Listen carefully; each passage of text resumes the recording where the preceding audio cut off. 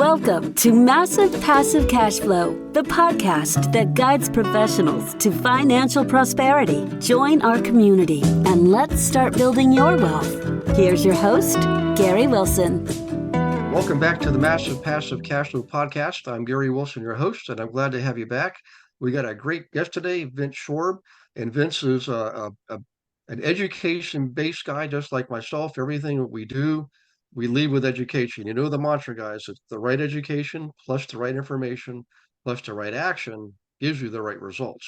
It all starts with education. But before we jump into the real heart of the matter, Vince, would you mind giving everybody a little bit of background, understand you're down in the Big D, Dallas, via California, and so there are probably a lot of folks in the same boat. But kind of take us through that journey, and then we can go ahead and dive into what you're into now.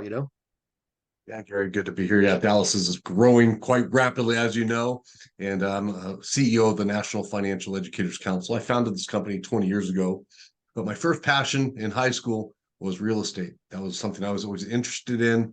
While I was in class, I was in the back of class reading books that would be important on real estate investing and so forth. I liked other things, entrepreneurship, stock investing, and so forth, but real estate was always my passion, and I was always frustrated that school taught me a bunch of useless stuff that I never have used to this day, and yet they failed to address a really important topic, which is financial education, real estate, and other opportunities out there as well. And I spent many years investing. I bought my first property at 19. And a funny story, I was a waiter at the time, and one of the guys that came in was a real estate agent. And I was always pick his brain and so forth. And he said, "Hey, I have this opportunity for this condo here in Huntington Beach for buyers, first-time buyers." And I partnered up with my a guy I trained with at the gym. We ended up buying this condo. I still have it 30 years later. And that was my real, dive into real estate. And I had a love for it ever since. I spent many years in the mortgage industry, many years across the real estate fields doing pre-construction financing, various investments. I had just bought a few properties out here in Dallas and looking into vacation rentals as just something I want to dip my toe into, something I haven't done, but I have an interest. But early on in my investing career, I was always on the sexiness of real estate, right? But I ignored a lot of the foundation stuff. So in my college years, I got into college debt, made some dumb mistakes, didn't really understand the budgeting, the credit aspects, and some other cash flow aspects of my, I had some rental properties at the time as well. And it got me into some trouble. And, one of the things I missed a lot about that time is prior to that, all my friends and family were asking me about real estate investing. I love talking to them about it. And then when this happened to me, I felt like I'm not so confident talking because I made some mistakes. So I really put a focus on education and about 2 decades ago, founded this company as a way to really educate people. It started out focus on youth and teaching them basic financial education principles so they can take advantage of the great opportunities this country offers us. Now we serve all ages and really helping them get that foundation, all that they need to take advantage of those opportunities. Wow.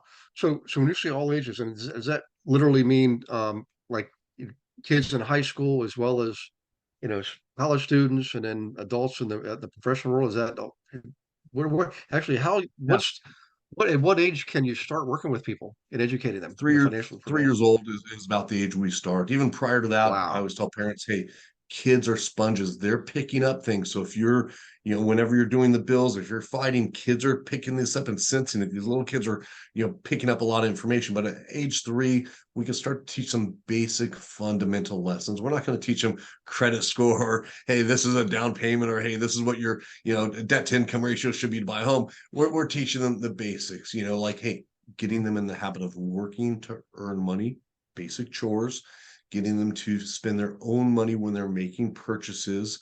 And we always have them contribute toward household expenses too. Like when they're 3, 4, it doesn't make a lot of sense, but it's ritual and habits with parents as they get to 5, 6, 7, and they're contributing each month toward the house payment, toward the car, very big things that are very tangible. Now we're getting them in the habit, and this is the training wheels for the financial realities of life. As they progress through high school, we can do more of breaking down the entire budget. They're paying a percentage of that. They're working and earning and relating and buying their own things and saving money. So all these fundamental lessons that we need as adults. And again, also when it gets to high school, a lot of it shifts to preparing them for the near-term financial realities they'll face, protecting their credit, how to manage their bank accounts, right? How to rent a place and be independent. That involves credit and a lot of things you need to buy real estate. So as we get to high school, we can really lay down the lessons that will protect them and the fundamental skills that they'll need in the future. Yeah. Well, this is pretty awesome. But when you were speaking, I was reminded of one of our other podcast guests a few months ago, and I can't remember his name. I wish I can look it up quickly. I don't have to. We can't do that while we're recording. But two sons. The first son his oldest son, buy his first house when he was 11 years old, and the second son, of course, came up a few years later, had him buy his first house, and he was 7 years old.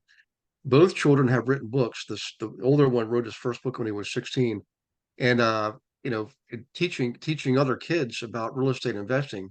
So I'm just fascinated that you're actually doing this. When I grew up, my mother's side of the family was typically the W-2 employee, teachers and things like that. And my dad's side of the family were more of the entrepreneurs, farmers or merchants. That's what they were, farmers, and they had Wilson's Five and Dime, music stores, hardware stores, jewelry stores, things like that. But I had some really crazy programming going on when I was a kid growing up.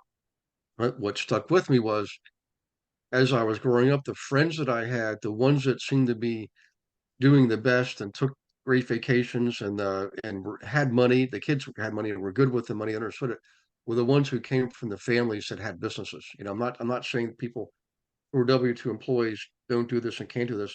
It was just my experience.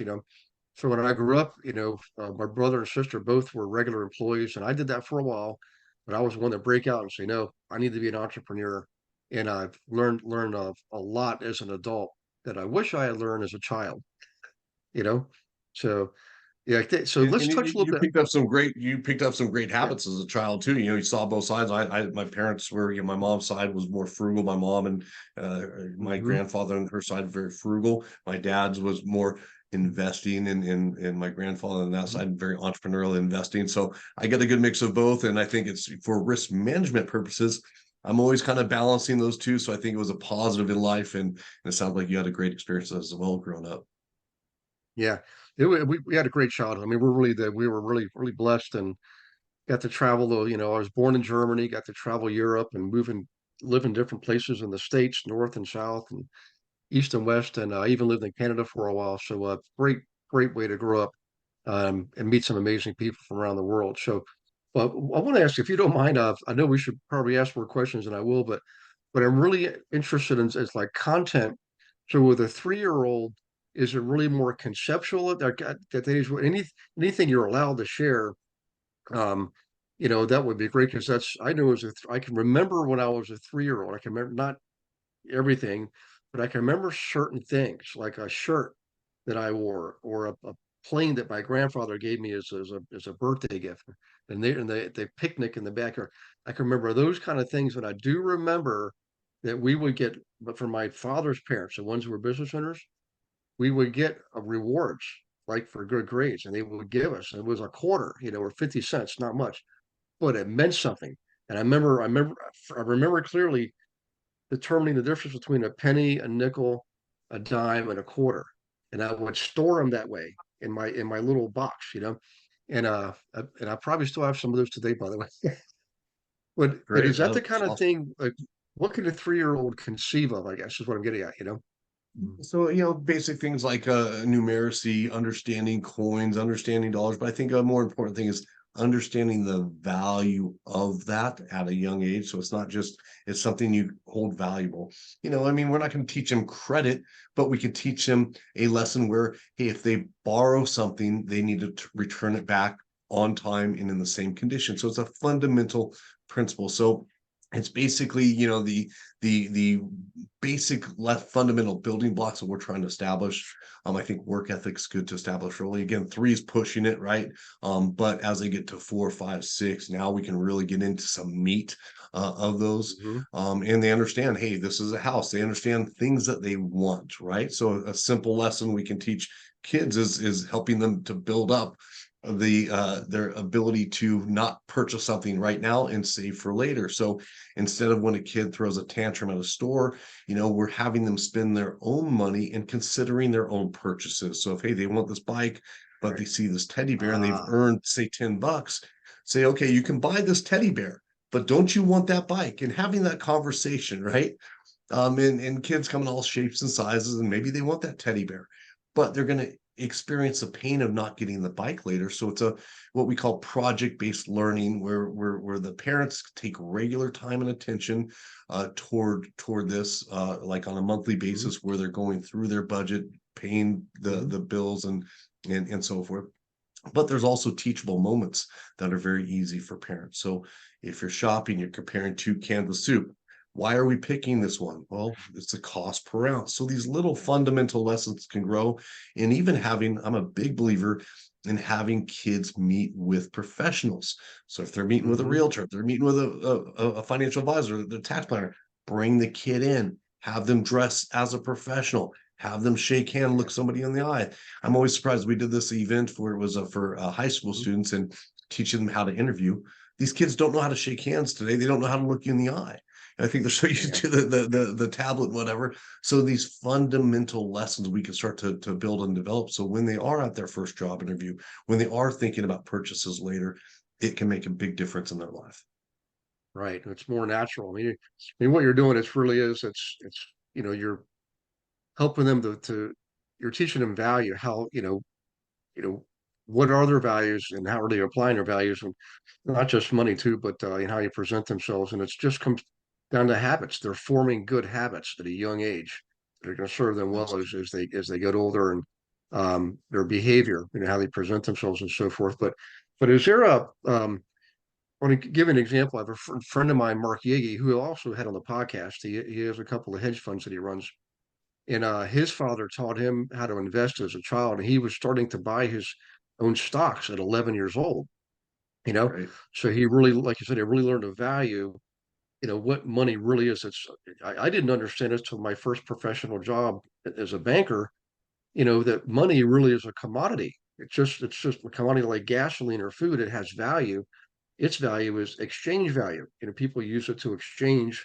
You're a mechanic and you can fix my car, and I'm a appliance repair person and I can fix your refrigerator.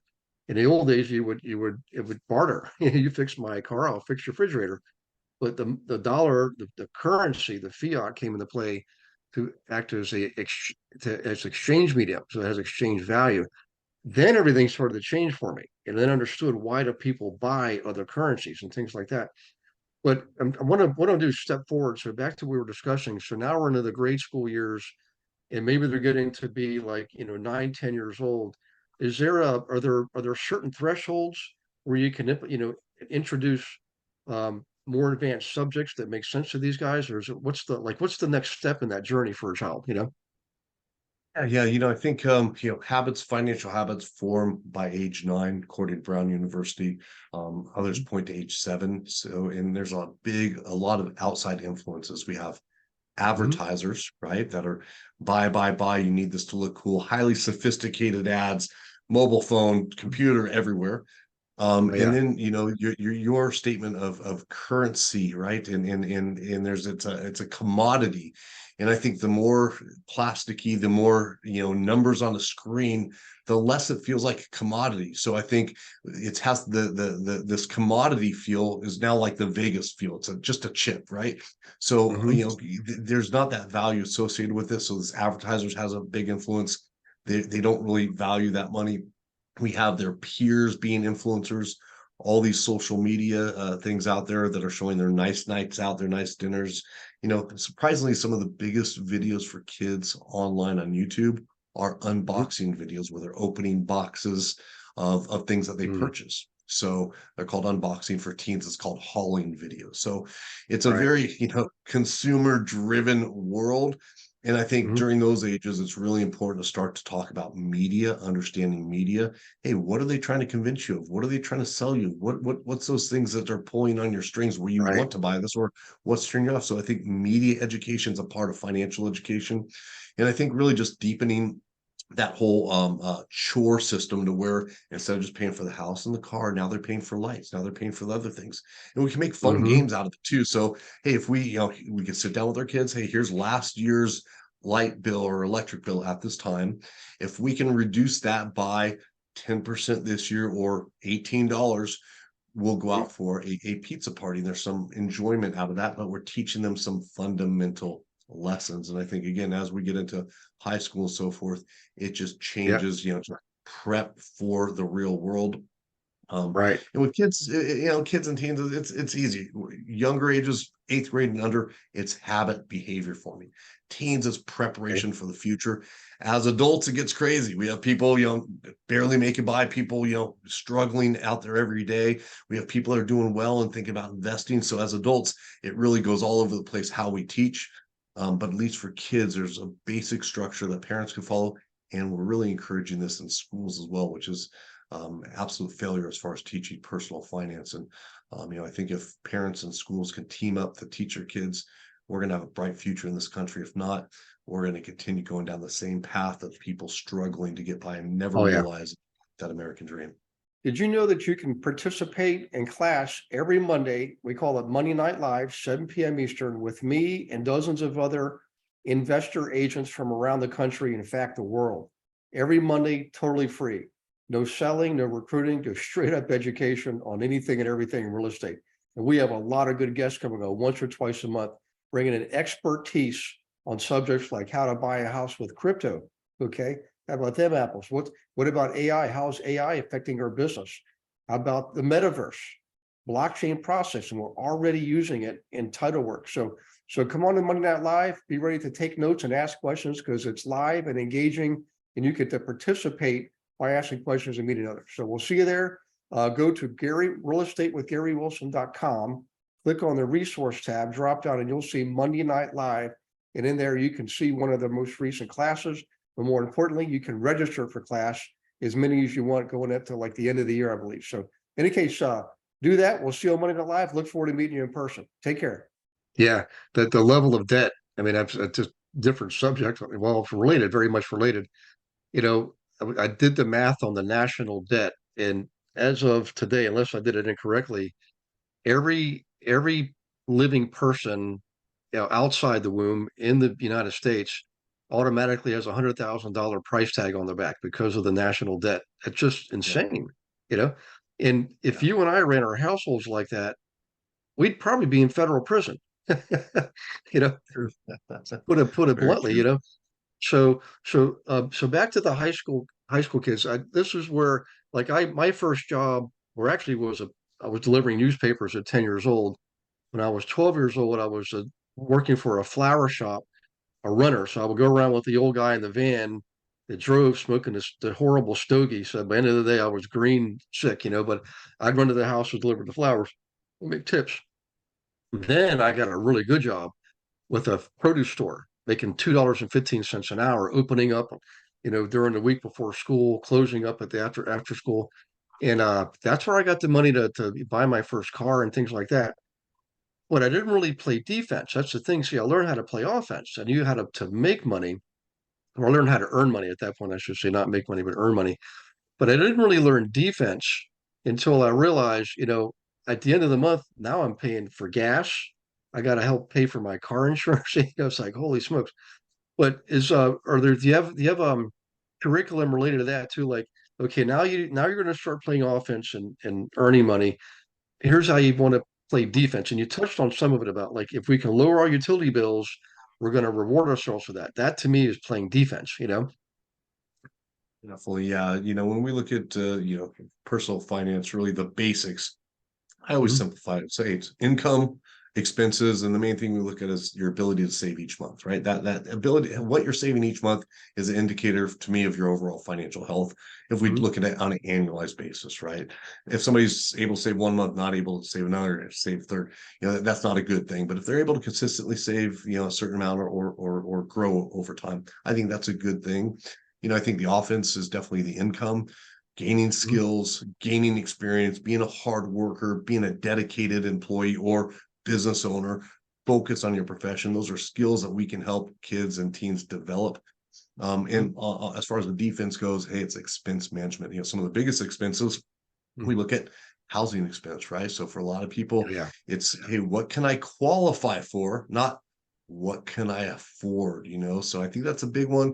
And we look at these cars that are ridiculous. I go speak on college campus all the time. I'm looking at BMW, Mercedes, Lex. I'm like, I was driving a beat up pickup truck. I still drive a kind of not a good car. I'm never going to spend money. I don't see any value, and I don't care if what I look like pulling up, but it's not important to me, but we need to teach them that defense. And I think the biggest thing, what's trying to break through that defense is all these messages of, hey, I got to be like my peers. I got to have these certain things. I got to have a certain status and so forth, which is cool. I love it. Keep that as a goal, but only be spending that money when you have that money to spend. If you're making, I know people are making 50, 60 grand a year that have $100,000 car. Absolutely not. What could you have done with that money? The opportunity cost you blew in this damn car is out the window. You could have bought property. You could have made an investment toward your future. You're paying a 5-year loan at a high rate. You could have actually owned a property, rented it out, or bought a duplex, rent out part of it. It's just, I don't think if we could present this to kids, get them excited about the potential of investing, and let them know, hey, this is what your future could look like. And I think a lot of it is lack of hope for the future. But if we can show them, hey, that power of compounding interest at a young age, and get them with a plan before they graduate, hey, you don't have to know exactly what. Hey, do you like real estate? Do you like stocks? Do you like commodities? Do you like entrepreneurship? Where are you kind of trending to? Let's get you some education there, so that this can blossom into something that will really pay dividends in the future for you. Yeah. It's interesting you mentioned I was and I used to do these lunch and learns. I would attend them when I was an employee at a bank. Um, it was one of my first jobs. And the Carnegie Library put on these lunch and learns. So you go for free and bring your brown bag lunch. And I remember one of the speakers was a financial planner, and he just talked about his two sons, two different kind of guys, had different behavioral patterns when it came to money. One was a saver and one was not. But the one that was not was more of a risk taker. So he made investments. Some of them paid off pretty big, where the other guy was more, I want the compounding interest. So he gave the example of a penny. If you had invested a penny in the stock market in 1776, July 4th, 1776, what would it be 200 years later? And we're all guessing, it'd be, $10, $100. He kept saying, go up, go up, go up. I don't remember precisely, but I'm pretty sure it was over $1 million, you know? Isn't that amazing? Yep. That's opportunity. Yeah. And by the way, there is a true story. Our forefathers, I wish I had the facts on this now, I could recall them clearly. They did put aside an endowment in the, back in whatever, it probably wasn't 1776. It might have been more like the early 1780s, when the fighting was over and we had received recognition as a country from, France and Spain and so forth. But they put aside some money that it was invested and said we couldn't touch it for 100 years. And I'm gonna find this and do a podcast on it. It's fascinating. Um, but so back to what we're talking about. I want to go to the college age kids, because I remember one time clearly I was at a conference in LA, and I was taking a shuttle, like a blue van. I forget they call them, the blue shuttles that go to the airports. Because you didn't want to rent a taxi back then. It was just crazy. So we pulled into the UCLA one of the student campus housing establishments. Of course, it was gated because it was in LA. We pulled in there. First, it was a Friday night, by the way, into the conference. It was party central. I mean, these kids were all over the place. It was just party central. But I never forget the Mercedes and the Lexuses and things like that I saw in the parking lots. Now back home, two of my college friends who were roommates throughout the 4 years we were there, their parents had bought houses near campus that they rented out. One of them was a multi-unit, the other was a 4-bedroom house. and Alan lived in one of the rooms, and he has rented out the other 3 rooms to 3 other students. And the carrot was, hey, Al, you do a good job with school and you pass with flying colors. You may be a homeowner when you're right out of college. He kind of dangled that carrot. And then Alan would have to take over the payments. He wasn't like going to be getting the house for free. That was one example. But so in college, I knew a number of people who owned properties while they were in college. I didn't buy mine until a month after I graduated college. With my roommate, Socrates was his name, by the way, and his dad, Greek immigrant, and taught us how to invest. And I've told that story a million times, but Sock's dad didn't do that. But Sock's dad did have us buy a house when we graduated instead of renting, and we did rent out the other 2 rooms to 2 other guys whose rents paid our all of our payments except for about $50. So right away, I'm building wealth and income, and that's when I really started playing defense because I had my first job, I had a house, had a car payment. It was a little Chevy S10 truck, but I was able to save that first month. I was able to save $1,000 because of the way we structured things. I remember thinking, man, this is going to be really good. And then I got married 2 years later, and everything went took a different path at that point. Yeah, But yeah, what yeah. can you tell us about college kids? I mean, to me, if they're in college, they're probably already ready to be in the professional adult world at full scale. Am I wrong, or is that Yeah, I would agree. I mean, at 17, they can make a student loan decision. So I think a lot of people get sucked in there. They don't have good guidance going in. I remember my financial counselor said, or Mhm, my student counselor said at high school said, okay, go check out, 3, 4 colleges, go on campus tours and go to the one you like the most, right? Which is mhm, absolutely insane advice. It's not based on ROI. That's the only reason you should make a college decision. What's the return on investment versus a cheaper alternative or more expensive alternative, right? What's the return on investment from your college? So I think fundamental lessons before kids take out college loans is critical. In college, I think there's a great opportunity, but I think that's where a lot of people go wrong. If we look at the student loan debt right now, 1.7 trillion, last I looked, trillion with a T. We have people that are behind. I've talked to over 10,000, way above 10,000, but let's say 10,000 to keep it very conservative. And I always ask when I go to these campuses, I say, hey, how many people know how much student loan debt you'll be in when you graduate? Of all those numbers, I would say less than 20 of them in the entire thing could give me wow. answers. Mhm, Only one kid, the next question I said, hey, what's your payments going to be? Within a mhm, rough bracket, what's your payments going to be? Only one kid I remember from UNLV. I mean, his front row, writing notes, looking at me, and it's just it spent an hour with him after because he's so into it. He's the only one of all those kids that knew what his payments were going to be. So there's mhm, no training on this for kids. So I think college could be a great opportunity for them to mhm, springboard into something good because they're at a higher earning potential, assuming mhm. they took a worthwhile college Yeah. coursework. Um, and yet, these people that have the highest potential, they're hampered by college debt. They're hampered by Mhm, oftentimes credit card debt. I've known my own history in college. That's where my first credit card came in. Again, I was a waiter at that time. I think my first credit card was 8 grand or 12 grand. And I mhm. use that to make investments, which don't do that was not a good thing, especially Yeah. how they turned out for me. But I was still trying to grow, right? I take more risk in my life, but I think college could be a great opportunity for them. But I think oftentimes because debt gets in the way, it hampers their growth and it sets them back. A lot of people want to buy real estate, but they're looking. I Mhm, remember my mortgage career.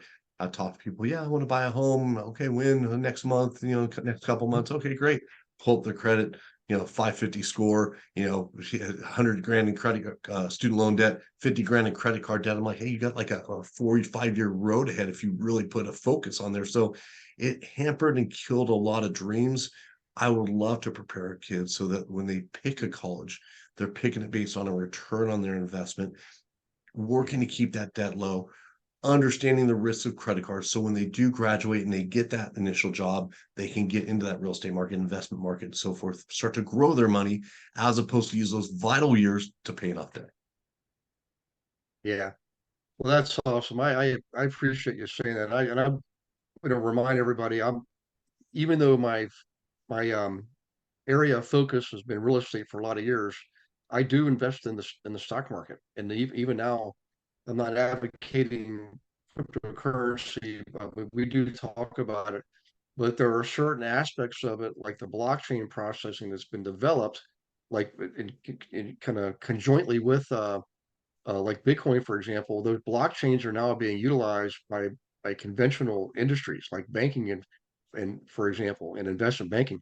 So it's here to stay, and there's opportunities there. But on the offense side, I guess what I'm saying is when it comes to investing is, for me, I never wanted to have all my eggs in one basket. Real estate gave me the foundation to do lots of other things, build businesses and so forth. But all the while, I had, steady Eddie, 10% going into, like index funds, for example, and things like that, where they had low fees. And here it is, it's literally 37 years since I started as an adult professional earning and saving.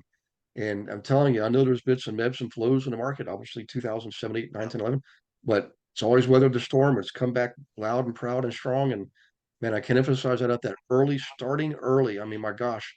Now, I don't care if you're 60 years old or 16 years old, you know, start now. If you haven't started, don't wait. I mean, there's no reason you can't live to be 100 years old these days, barring, health issues and things like that. You know, the old days of retiring at 60, I don't see that. I know people who are retired at 60, but Yeah. doesn't mean they're going to be around for 10 more years. They could easily live 40 years. So you have to prepare for that. And you do have to play defense. So what I want to do is, I know we're getting really close on time here, Vince, but let's go ahead and jump into the adults. We're out there in the working world. We're building businesses. Dentists have their own practices, for example. Teachers have regular jobs with pension. Well, maybe don't have pensions anymore, 403(b)s, things like that. Um, what can you tell us about people now? They're in fully in the adult world, they're having kids and buying their homes and things like that. Any framework that you can give us, Definitely, I always say start with an assessment. Where are you at now, right? We actually have a coaching software that looks at 31 indicators of somebody's financial health. A lot of the indicators are similar to real estate. We're looking at housing expense ratio, the back-end debt ratio, credit score, assets. Others are unique, proprietary, like savings rate ratio, overview of their insurance coverage and things of that nature. So assess where you're at right now. I think that's a key component, because when you assess now and you plan what you want in the future, now you can see where where you're off, right? So if you want to buy a home in 5 years and your credit's low, you need to hustle there so you can prioritize, and put that in place of importance and put your focus there. I think a lot of times adults, they feel it's so overwhelming because there are a lot of moving parts, right? But if you can understand exactly where you're at now, how that matches up with your long-term goals, and create a priority plan. So, hey, this month I'm going to work on my credit. Next month I'm going to work on this, and just start to tackle things on a regular basis. I think that's key. I always tell adults, hey, you're working 40, 50 hours a week, sometimes 60 hours a week, right? And how much time are you putting toward any type of investment growth or personal finances? Most people tell me, oh, I look at it maybe once every couple months. I'll check my statements, right? Or I'll look at my statements once a month. That's not really what I'm focused on. Say, how much time are you planning on addressing specific needs? Yes, you need to check your statements. Yes, you need to do those things, but you need to do something. If you're spending 40, 50, 60 hours a work week, take at least a couple hours a week to put toward your personal finances. Otherwise, you're going to continue to work 50, 60 hours a week, which is fine. I want to work that way till I die, right? That's just me. If you don't, you need to put some focus on those areas of personal finance. So with adults, again, everybody's so unique. Everybody has ingrained habit at this point, different goals, different situation. And I say, take the time to explore yourself, watch shows like yours. I mean, these are critical. And today we have the beauty of information. I'm sure you may know, I mean, when I was learning about finance, I had to go to the library, look at this damn Dewey Decimal System, right? And find these books. Yeah. Or, find that mentor in my community, find those things. Now you have information. You can look at Gary on demand, the massive passive cash flow show. You can look that up right now if you're interested in real estate and get the information you want. So there's no excuses. The barriers are gone. And I think, hey, if we can educate people on, hey, create that plan, prioritize those things, find the education information you need at the stage to successfully accomplish that, and then move on to that next thing, it just creates some momentum. And I think when people are seeing momentum, it's like, oh, my credit score went from 550 to 800. That's exciting. Or hey, well, my savings went Yeah. from from zero to, hey, I have a, if something goes wrong, I have 6 month emergency. I can breathe. I have food in the cabinets. I have stockpiled. I don't have to worry about this basic thing. So it's really a progressive thing. But I think with each stage, celebrate a little bit, and it's basically providing security at different levels, right? Then once you get that level, hey, what's that Yeah. next level of security you and your family need? Yeah. Well, I appreciate that. And what you mentioned a few times, your business is now educating people. What's the name of the company? Is there a website? I mean, how can we get a hold of you? Because most of the listeners, we all have most of us have children. I shouldn't say all of us. We have children in different stages of life, but I'm sure there's a lot of people like me that would love to learn more. And if there's a program we can be involved in, please, fill us in. Yeah, I'm with the National Financial Educators Council, company I founded 20 years ago, actually 19 years ago, and just a passion project for me, and I'll be doing this forever. Just very important. Advocacy is one aspect of what we do, encouraging that in schools. The other aspect is we train and certify local financial educators and coaches to bring this into their community. They're really focused on the fundamentals, right? We don't give investment advice, investment guidance. It's for the most Americans where, hey, I'm just trying to get by. I have some debt. I need some education. I need somebody trusted that will give me the information I never got in school. And also, hey, maybe, so our clients are those that are advocates and want to teach or coach people in their local communities. Our clients range from entrepreneurs to educators. We have a lot of colleges that utilize our material, curriculum, lesson plans. We have a lot of financial service people that use it for workshops and things to introduce people in education manner, and just a variety of different clients. But the nice thing is they all have one passion, which is educating and empowering people to make good financial decisions. I know you at your company, you take it on that next level, right? So you're educating, coaching them, and sharing with them investment potential ideas, which I love. That's a huge thing. And early on, I can attribute a lot of my success because I had a mentor, somebody I can go to and talk to. So kudos for what you're doing. And our website's financialeducatorscouncil.org. Reach out to me personally via LinkedIn as well, Vince Shorb, SHORB. But I appreciate what you're doing, Gary. And anytime we could be of service to you, let us know. Well, thank you too. I mean, I really appreciate this. So it's the website is the National Financial Educators Council. Yeah, just Financial Educators Council, so .org. So our company is National Financial. I think either Gotcha. one will go to us, but yeah. Gotcha. Okay. And then Vince Shorb, so SHORB, everyone, make sure you got that. And check it out. Do it for yourself, do it for your families, particularly your children. Or if you have, brothers and sisters that just like the family I described earlier, we're all different. And my brothers and sisters are completely different. I'm the outcast, but help them out. Some people are born with natural abilities and talent and interest in certain ways, and some of them do not include finances. So this is how you can help those people. Like one of my brothers is in the medical field, and it's excellent when it comes to the human body. He's a genius, but when it comes to finances, he's back in kindergarten, and it just doesn't have the patience. So, um, but smart guy, nice guy. So it doesn't, just because you understand it doesn't mean other people do. So you can help them out by participating with this financialeducatorscouncil.org, and Vince Schwarber's your guy. So Vince, thanks again for doing this, man. I appreciate what you're doing, and I know I wish the Dallas Cowboys well, but it probably looks like it won't be this season. Of course, I'm in the same boat. I mean, the Steelers are up and down, and the Reds. My two favorite teams, Steelers and Redskins. It's frustrating, but it's fun. I get the Yeah. end of the season. I watch a few playoff games, but Dallas is a great place to be. I appreciate what you're doing, and by the way, so this can be anybody in the country. What about people that are like in Canada? Can they enjoy the same benefits working with you? Hopefully now our focus is really on training educators in Canada. We're in 60 countries with our educator training program. So training people on how to teach personal finance to kids, teens, adults in basics in an effective way. So we welcome people from all around the world, and we're in all 50 states as well. So we the beauty of this passion, nobody doesn't like me. Most people support financial education. Nobody's against it, which is a beautiful thing in this day and age. And, and we welcome anybody that shares that passion. Yeah. Well, the cool thing is, I don't think anybody ever went to the emergency room by being too smart when it comes to their money. You know, so Good point. if for the listeners out there, give us a vote of confidence. If you could leave a review for this when you're listening, that would be wonderful. We're on 30 different channels, including the one you're listening to. And if you haven't subscribed, please feel free to do so. We appreciate that. But the reviews really do help.